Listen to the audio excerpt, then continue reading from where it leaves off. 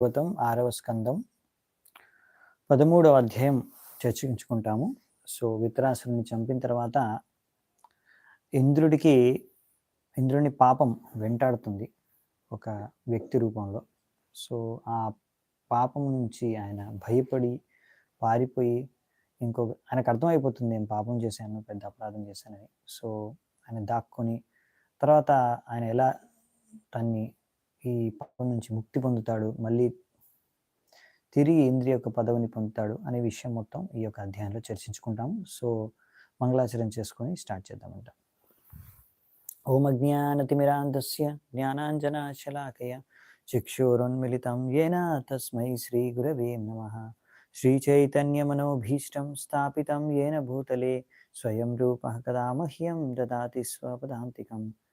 వందేహం శ్రీగురూన్ శ్రీయుతాపదకమలం శ్రీగురూన్ వైష్ణవాంశ్చ శ్రీరూపం సాగ్రజాతం సహగణ రఘునాథాన్వితాం తం సజీవం సాద్వైతం సావధూతం పరిజనసహితం కృష్ణ చైతన్యదేవం శ్రీరాధా కృష్ణపాదాన్ సహగణ లలితా శ్రీ విశాఖాన్వితాంశ్చ.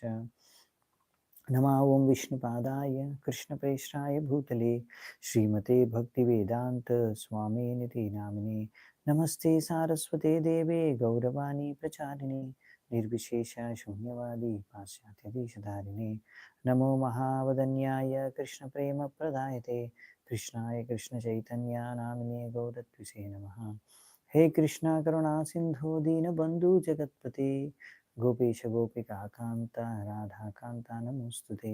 తప్త కాంచన గౌరాంగీ రాధే వృందావనేశ్వరి వృషభానుసుతే దేవి ప్రణమామి హరిప్రియే.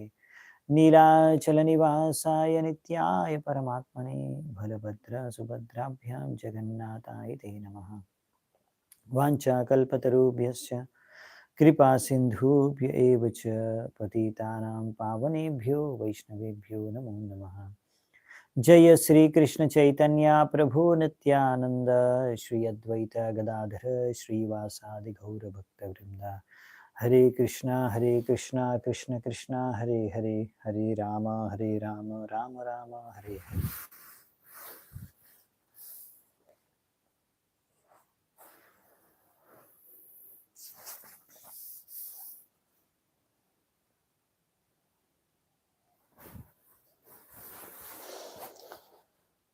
సో మొదటి శ్లోకం. శ్రీ శుక ఉవాచ వృత్రే హతే త్రయో లోకా వినాశక్రేణ భూరిద సపాలాహ్యభవన్ సద్యో విజ్వరా నిర్వృతేంద్రియాః. శుకదేవ్ గోస్వామి అన్నారు, ఓ రాజా పరీక్షిత్, నువ్వెంతో దానవీరుడివి. సో ఎప్పుడైతే వృత్రాసుడు చనిపోయాడో అందరూ దేవతలు ముల్లోకాల్లో అందరూ కూడా ఆనందపడ్డారు. ఇంకా మనకు ఈ యొక్క అసురుడి నుంచి బాధ కష్టం తొలగిపోయిందని. ఒక ఇంద్రుడి తప్ప అందరూ ఆనందంగా ఉన్నారంట. ఇంద్రుడు ఒక్కడు ఆనందంగా లేడు. ఎందుకంటే ఆయనకు తెలుసు ఒక గొప్ప భక్తుడిని చంపేశాడని. కాబట్టి ఇది పెద్ద పాపం అని కూడా తెలుసు ఆయనకి. రెండవ శ్లోకం. దేవర్షి పితృభూతాని దైత్యా దేవానుఘాస్వయం ప్రతి జగ్ము స్వదిష్ణ్యాని బ్రహ్మేసేంద్రాధయస్తతః. దాని తర్వాత దేవతలు ఇంకా మిగతా ఋషులు మునులు పితృలోకవాసులు భూతలోకవాసులు అందరూ, ఇంకా అసురులు, మిగతా దేవతల యొక్క అనుచరులు, ఇంకా బ్రహ్మ శివుడు, ఇంకా మిగతా అందరూ ఎవరైతే ఇంకా దేవతలు ఉన్నారో మిగతా వాళ్ళు ఎవరో ఇంద్రుడికి ఆధీనంలో, వాళ్ళందరూ కూడా తిరిగి వాళ్ళ ఇళ్లలోకి గమ్యాల్లోకి చేరిపోయారంట. కానీ వెళ్ళిపోయేటప్పుడు ఒక్కరు కూడా ఇంద్రుడితో మాట్లాడలేదంట. విత్రాసుడు చనిపోగానే అందరూ చూశారు. చూసిన తర్వాత యుద్ధం అయిపోయిన తర్వాత అందరూ వాళ్ళ ఇంటికి వెళ్ళిపోయారు. ఈ వృత్రాసుడితో ఎవ్వరూ మాట్లాడలేదు.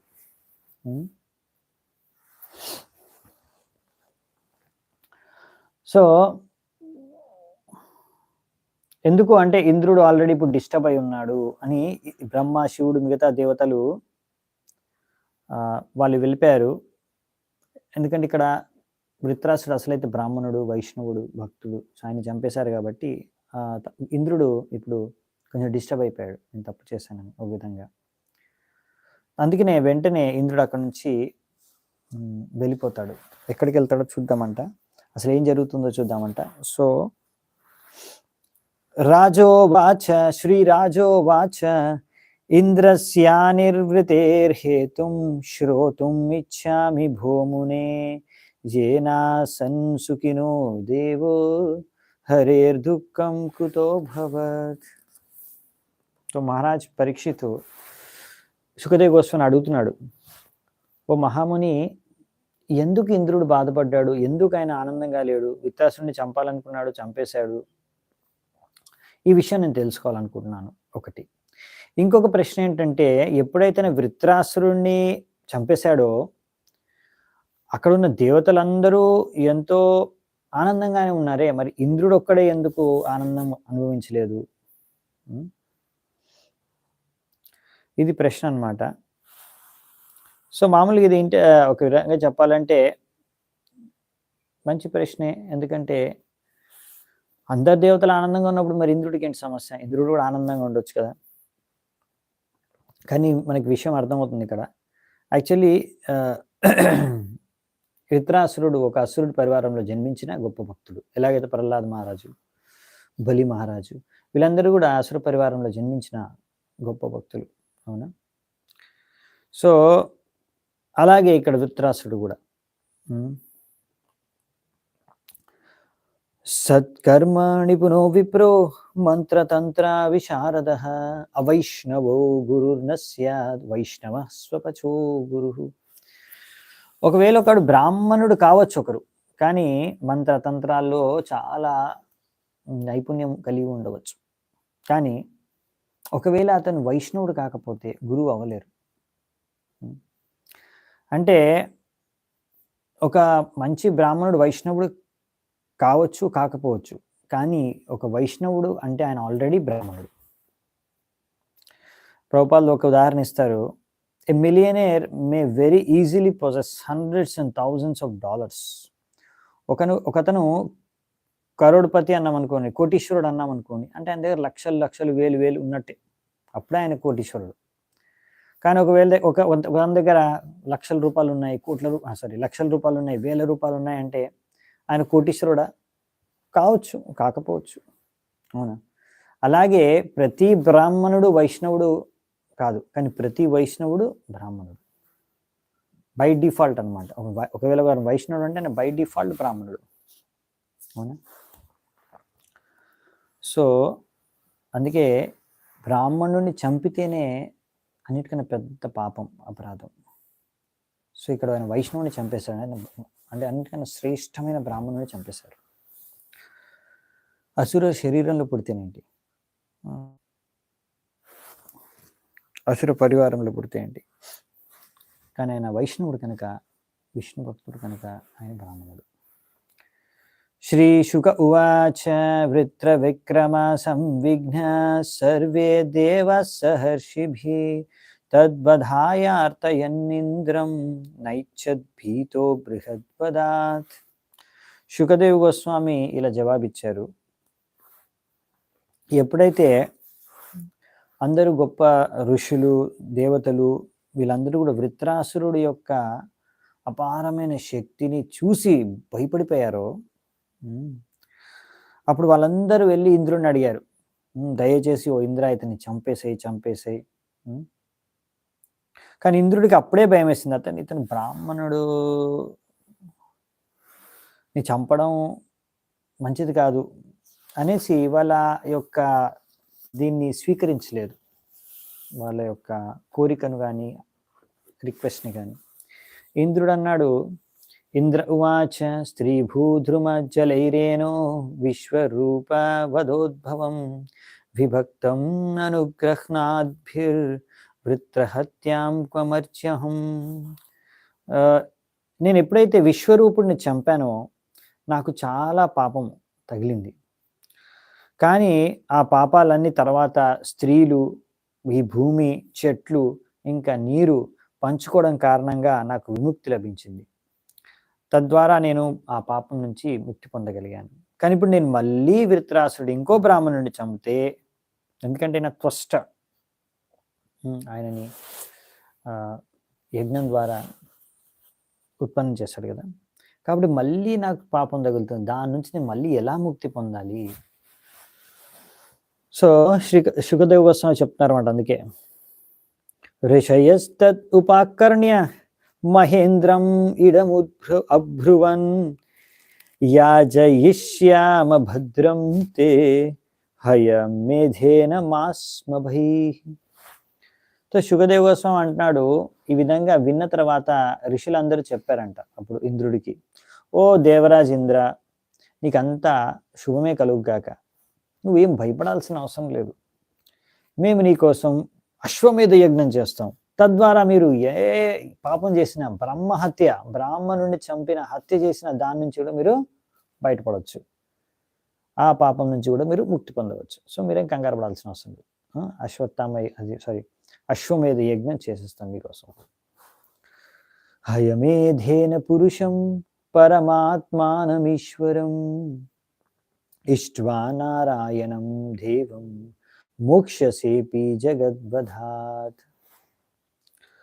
సో ఋషులు ఇంద్రుడికి చెప్తున్నారు ఏమని, ఓ ఇంద్ర, ఈ విధంగా అశ్వమేధ యజ్ఞం చేసి మనము భగవంతుడిని సంతృప్తిపరిచి, ఏ నారాయణుడు పరమాత్ముడో ఆయన్ని సంతృప్తిపరిచి, ఎవరైనా సరే ఈ మొత్తం ప్రపంచాన్ని నాశనం చేసిన, ప్రపంచంలో ఎవరిని చంపినా వాళ్ళ దగ్గర నుంచి కూడా మనము పాపం నుంచి ముక్తి పొందవచ్చు.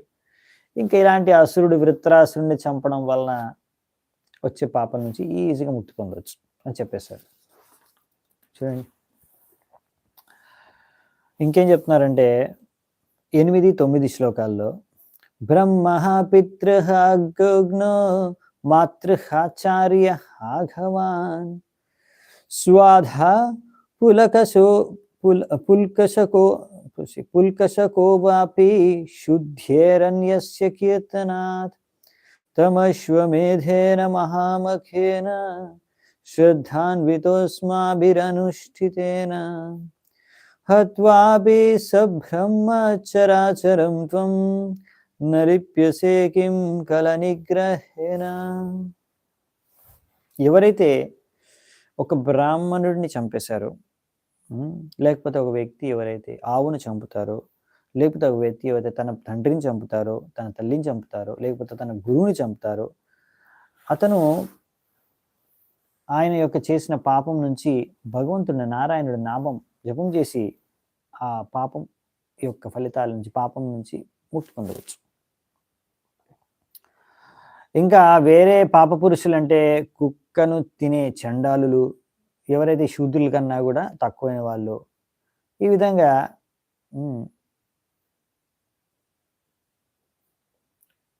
అదర్ సిన్ఫుల్ పర్సన్స్ సచెస్ వాళ్ళందరూ కూడా ఇలాంటి పాపాల నుంచి ముక్తి పొందవచ్చు. కానీ నువ్వు భక్తుడివి కాబట్టి నీకు తప్పకుండా మేమందరం సహాయం చేస్తాం అశ్వమేధ యజ్ఞం చేయడానికి. ఈ విధంగా నువ్వు అశ్వమేధ యజ్ఞం ద్వారా నారాయణుడిని సంతృప్తిపరిస్తే సరిపోతుంది. ఎంత భయపడాల్సిన అవసరం లేదు. ఒకవేళ నువ్వు మొత్తం ప్రపంచాన్ని చంపేసిన బ్రాహ్మణులందరితో కలిపి ఈ యొక్క వృత్రాసురుడు, అందరికీ కష్టం కలిగించే వృత్రాసురుడిని కాకుండా మొత్తం అందరు బ్రాహ్మణులు, ప్రపంచంలో ఉన్న అందరు బ్రాహ్మణులు చంపేసిన దాని నుంచి కూడా మీకు పాప ముక్తి కల్పించే మార్గం మా దగ్గర ఉంది. నువ్వేం భయపడాల్సిన అవసరం లేదు. వృత్రాసురుడు అంటే అసురుడిని చంపడానికి ఇంత భయపడాల్సిన అవసరం లేదు, ఆలోచించాల్సిన అవసరం లేదు అని చెప్తున్నారు. చూడండి ఇక్కడ మనకి బృహద్ విష్ణు పురాణంలో చెప్పారు. తాత్పర్యంగా రాశారు ప్రభు, నామ్నో హి యావతి శక్తి పాప నిర్హరణే హరే తావత్ కర్తుం న శక్నోతి పాతకం పాతకీ నరః. ప్రేమ వివర్త పురాణంలో అంటే మన పుస్తకంలో జగదానంద పండితుడు రాస్తారు, ఏకకృష్ణ నామ పాపిర యత పాపక్షయ బహుజన్మేసై పాపి కరితే నారయ. సో ముఖ్యమైనది ఏంటంటే ఇక్కడ ఒకవేళ మనము భగవంతుడి నామాన్ని జపిస్తే, కృష్ణుడి నామాన్ని జపిస్తే, మనం ఎన్ని జన్మల్లో ఎన్ని పాపాలు చేస్తాం, మనం తెలియని పాపాలు, మనం ఊహించని పాపాలన్నీ కూడా తొలగిపోతాయి. ఇది ఇంత శక్తివంతమైందనమాట. సో, భగవత్ నామం అనేది చాలా పవర్‌ఫుల్. కానీ అలాగనేసి మనం ఓహో! ఇంత పవర్ ఉందా? అయితే అన్ని పాపాలు చేసేసి తర్వాత భగవంతుడి నామం జపేసి పాపాలు కడిగేసుకుంటే సరిపోతుంది అనుకుంటే అది తప్పు. అది పెద్ద నామపరాధం. భగవంతుడి నామం పట్ల అపరాధం. ఒకవేళ భగవంతుడి నామం జపం చేస్తే పాపం తొలగిపోతుందని నువ్వు పాపాలు చేసి తర్వాత నేను భగవంతుడి నామం జపం చేస్తా, తర్వాత హరే కృష్ణ, హరే రామ అనుకుంటా, లేకపోతే హరే కృష్ణ నామంతో జపం చేసుకుంటా అంటే, లేకపోతే ఏవో వేరే చేసుకుంటా అంటే అది నామ అపరాధం అవుతుంది. నామ్నో బలాద్యస్య హి పాప బుద్ధి. సో అప్పుడేమవుతుందంటే ఇది నామపరాధం అవుతుంది. కనుక ఆ విధంగా అటువంటి వ్యక్తిని ఇక్కడ కండెమ్ చేశారంటే ఆ వ్యక్తిని ఇక్కడ సరైన పద్ధతి కాదు అని ఖండించారు అటువంటి వ్యక్తిని. సో ఇక్కడ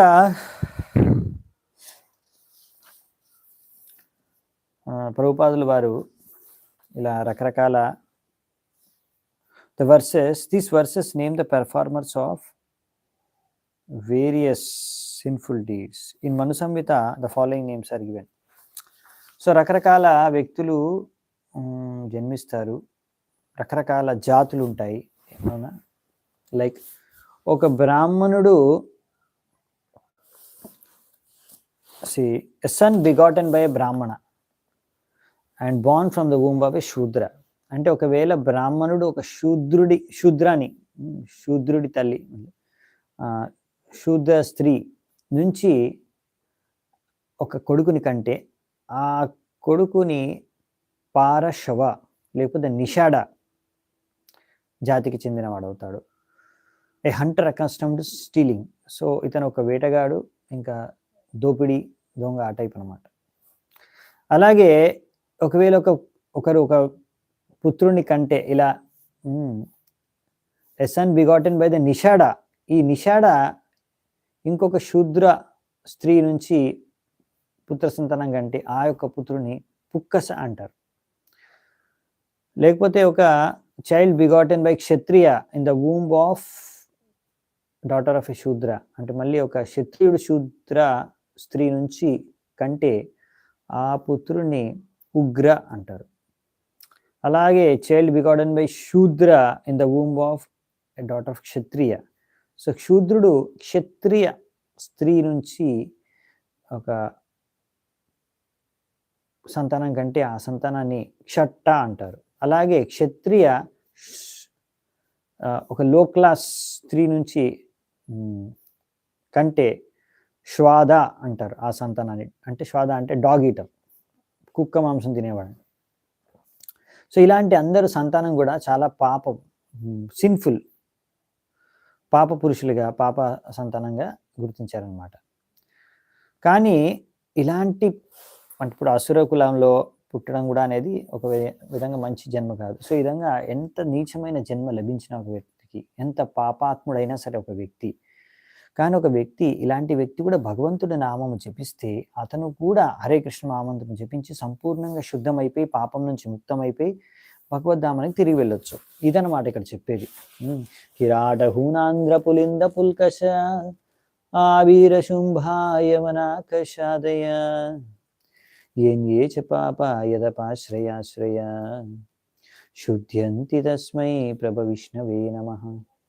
సో ఎవరైనా సరే వీళ్ళందరూ నీచ జాతులు, పాపజాతులు, పాపాత్ములు అనమాట. కిరాట, హూన, ఆంధ్ర, పులింద, పుల్కష, అభీర, శుంభ, యవ్వన, కష, వీళ్ళందరూ కూడా. కనుక వీళ్ళందరూ కూడా ఎవరైనా సరే ఏ జాతుల్లో పుట్టినా సరే వీళ్ళందరూ ఒకవేళ భగవంతుడి యొక్క శుద్ధ భక్తుల యొక్క ఆశ్రయాన్ని గ్రహిస్తే, అలా ఆశ్రయాన్ని గ్రహించి భగవత్ నామాన్ని జపం చేస్తే అన్ని పాపాల నుంచి ముక్తి పొందుతారు. సో ఇదనమాట విషయం. సో ఇలా మనం ఒకవేళ ఆల్రెడీ ఎన్నో పాపాలు చేస్తాం, మనకు తెలియవు, చాలా చేసాము. సో కానీ ఇప్పుడు మనం భగవంతుడి నామాన్ని, భగవంతుడి యొక్క భక్తుల ఆశ్రయాన్ని గ్రహించాలి.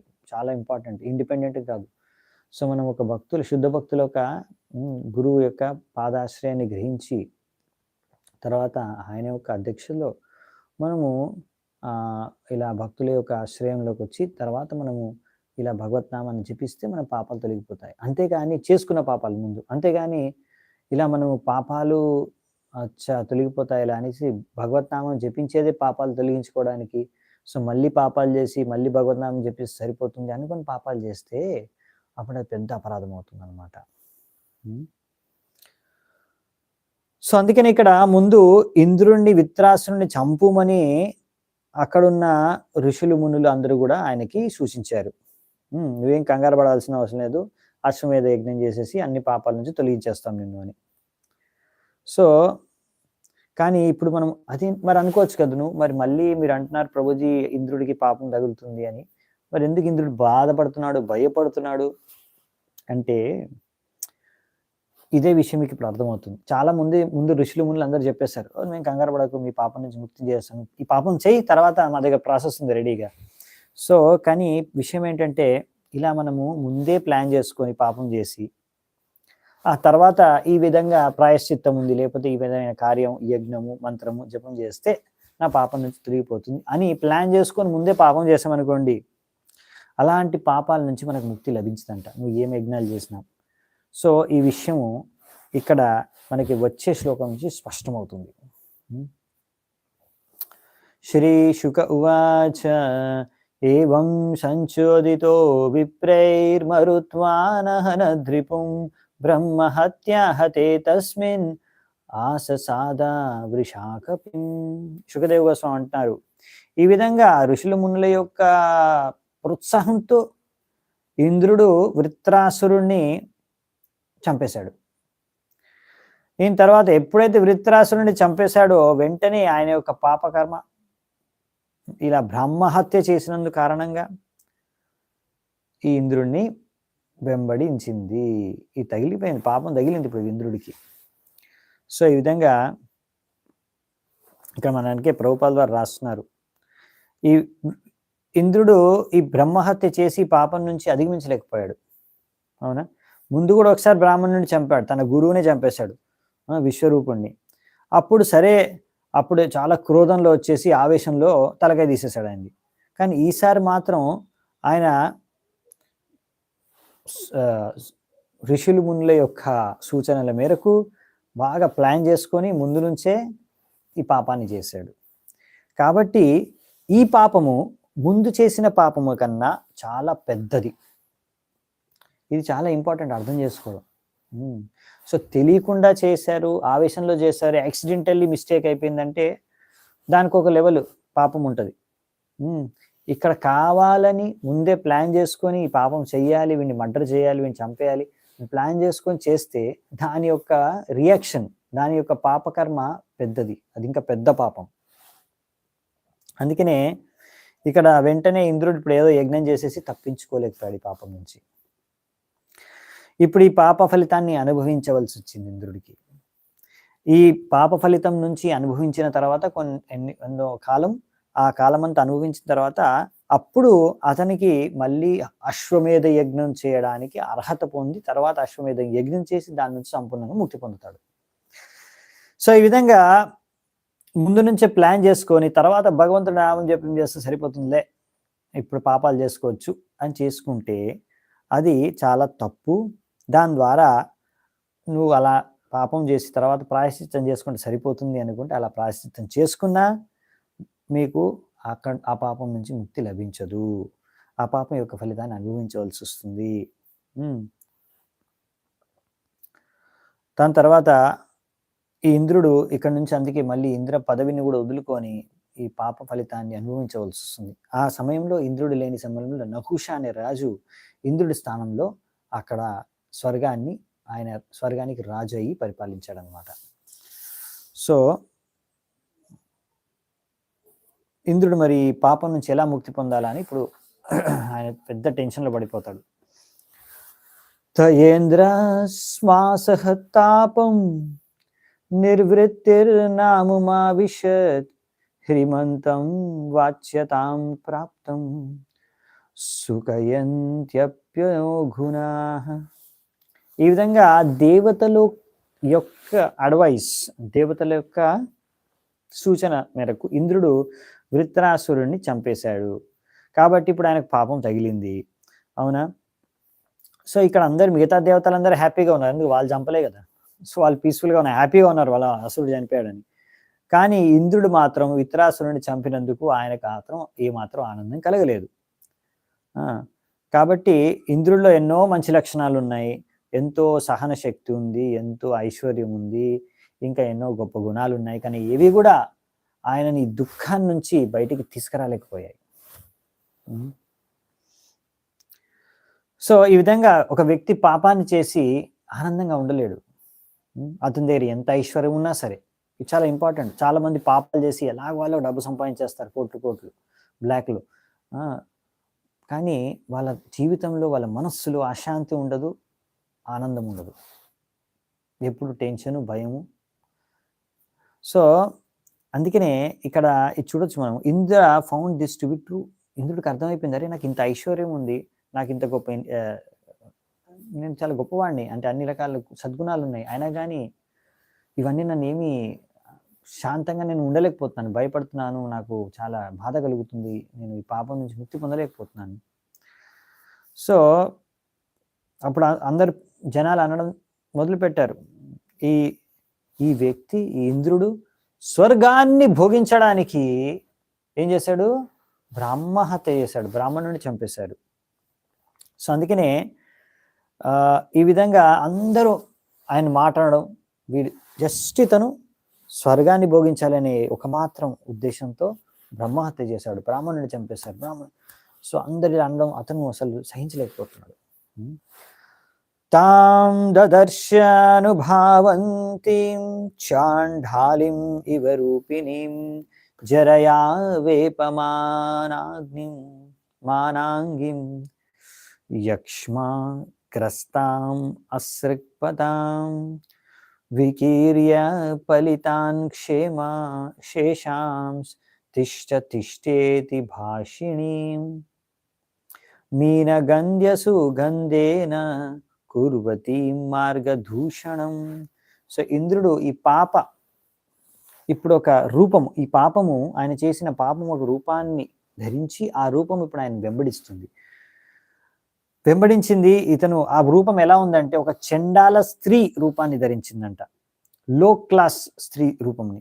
ఆమె చూడ్డానికి ఎలా ఉంది అంటే చాలా ముసలితనం వచ్చింది ఆమెకి. ఆమె అన్ని చేతులు కాళ్ళు అన్నీ కూడా వణికిపోతున్నాయి, ఎందుకంటే ఆమెకి ట్యూబర్కులోసిస్, టీబీ రోగం కూడా వచ్చిందనమాట.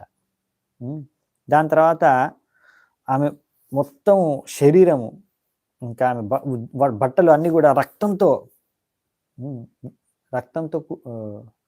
కూడుకొని ఉన్నాయి, రక్తం అంటుకొని ఉన్నాయి.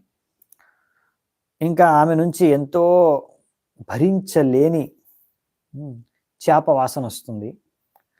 దాని ద్వారా అక్కడున్న ఏరియా అంతా, గల్లీ అంతా కూడా కంపు కొడుతుంది.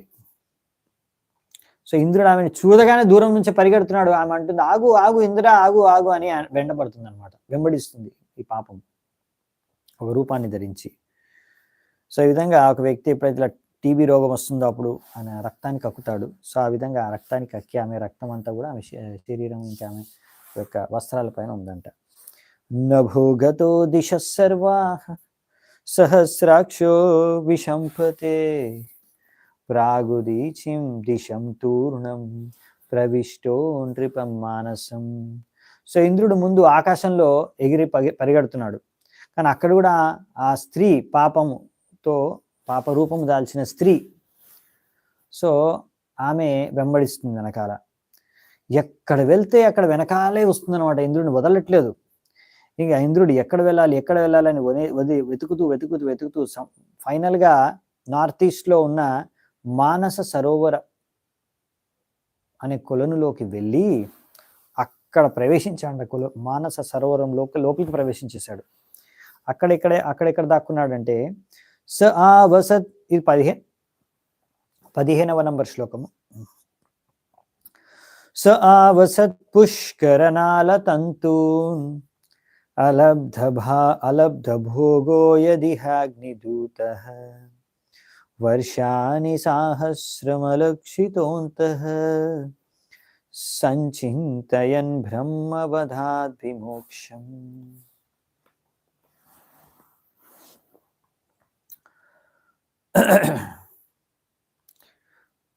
always thinking of how he could be relieved from the sinful reaction for killing a brahmana. So ఆయన ఎల్లప్పుడూ కూడా ఆలోచిస్తున్నాడు, ఎలా ఈ బ్రహ్మహత్య నుంచి, ఈ పాపం నుంచి నేను బయటపడాలి అని. ఆలోచిస్తూ ఇంద్రుడు అదృశ్యమైపోయాడు, అందరి దృష్టిలోంచి అదృశ్యమైపోయి ఆయన ఇలా 1000 సంవత్సరాలు మానస సరోవరంలో 1000 సంవత్సరాలు ఈ యొక్క లోటస్ అంటే పద్మపు పువ్వు యొక్క కాడ లోపల ఆయన దక్కుని ఉన్నాడంట. సో మామూలుగా అయితే అగ్నిదేవుడు ఆయన యొక్క భాగము అగ్నిలో అర్పిస్తాం కదా, ఇంద్రాయ స్వాహ అని అర్పించిన యజ్ఞంలో అర్పించిన ఆయన భాగాన్ని అగ్నిదేవుడు ఆయనకు అందిస్తాడు. కానీ ఇక్కడ ఆ అగ్నిదేవుడు కూడా ఈ యొక్క నీటిలోకి ప్రవేశించడానికి భయపడి రాలేదన్నమాట. అందుకనే ఆ నీటిలో, ఆ కొలనులో, ఆ పద్మపు పువ్వు కాడ లోపల దాక్కొని అక్కడ ఆకలితో ఉన్నాడు అనమాట. అంటే అంతనికి ఇప్పుడు తినడానికి కూడా ఏం దొరకట్లేదు, పస్తులు ఉన్నాడు అనమాట. సో బేసికలీ ఎందుకు అక్కడ దాక్కున్నా అంటే ఒక కారణం ఉందన్నమాట. తావత్ త్రినాకం నహుషాస్ విద్యా తపోయోగ బలానుభావః ససంపదైశ్వర్య మదాంధ బుద్ధిర్ నీతస్థిరశ్చాం గతిమింద్రపత్న్యా.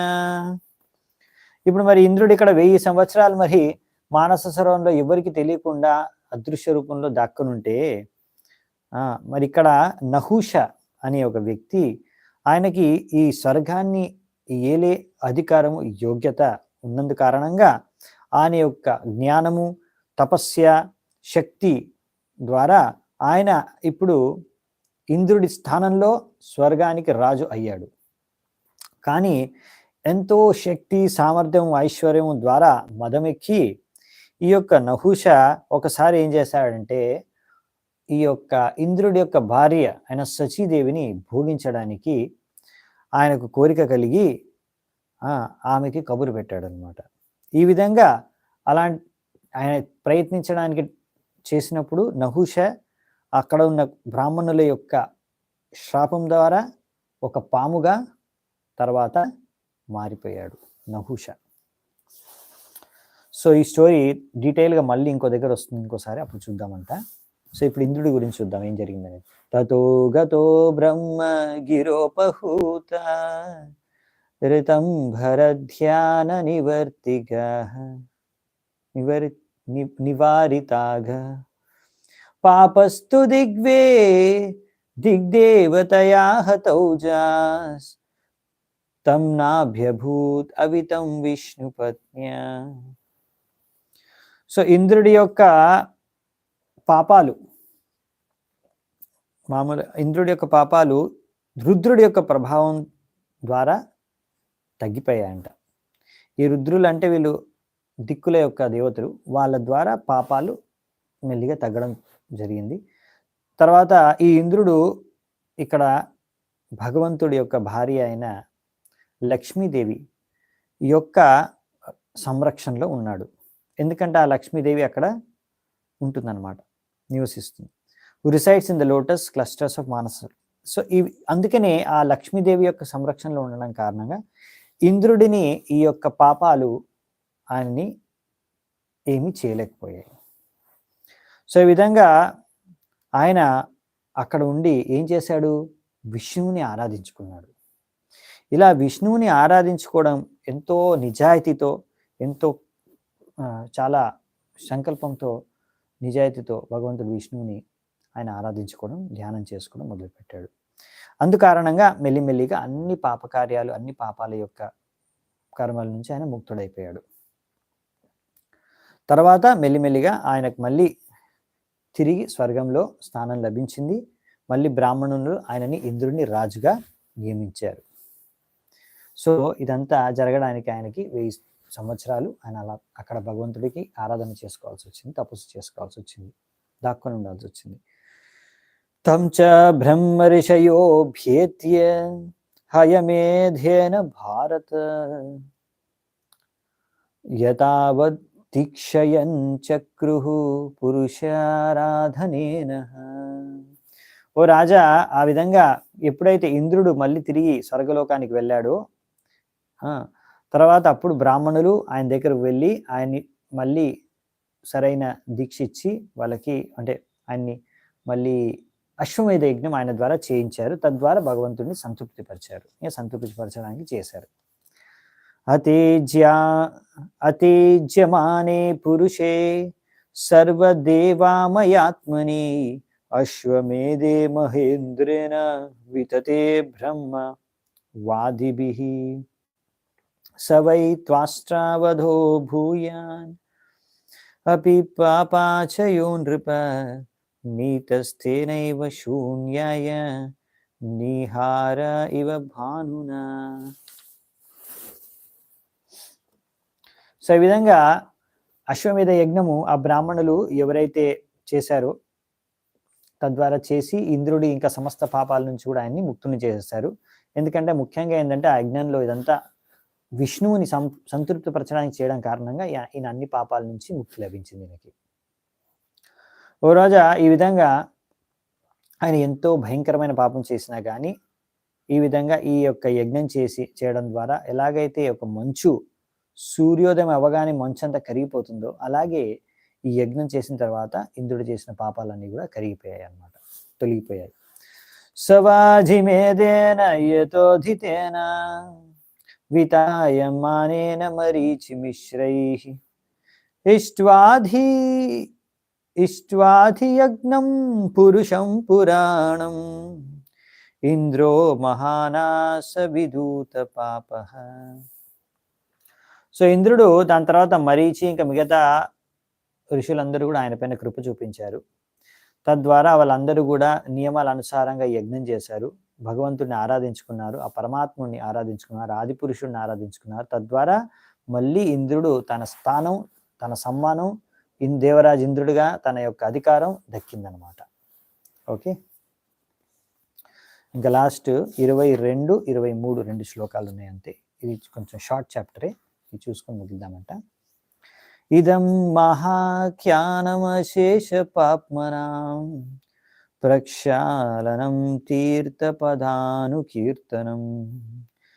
భక్త్యుచ్ఛ్రయం భక్త జనానువర్ణనం మహేంద్రమోక్షం విజయం మరుత్వతః పతేయురాఖ్యానమిదం సదా బుధా శృణ్వంత్యతో పర్వణీంద్రియం ధన్యం యశస్యం నిఖిలాఘమోచనం రూపం జయం స్వస్త్యయనం తతాయుషం.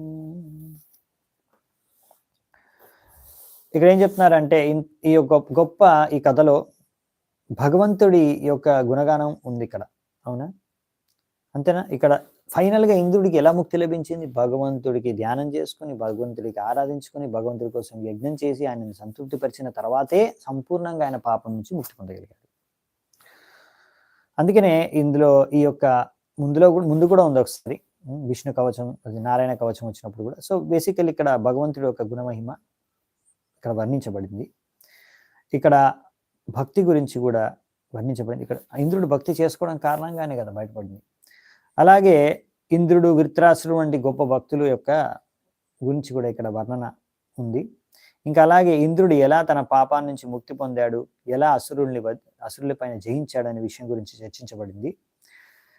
ఈ విధమైన ఈ యొక్క ఘటనను, ఈ యొక్క వృత్తాంతాన్ని మనము అర్థం చేసుకొని మనము కూడా అన్ని పాపాల నుంచి ముక్తులము కాగలము.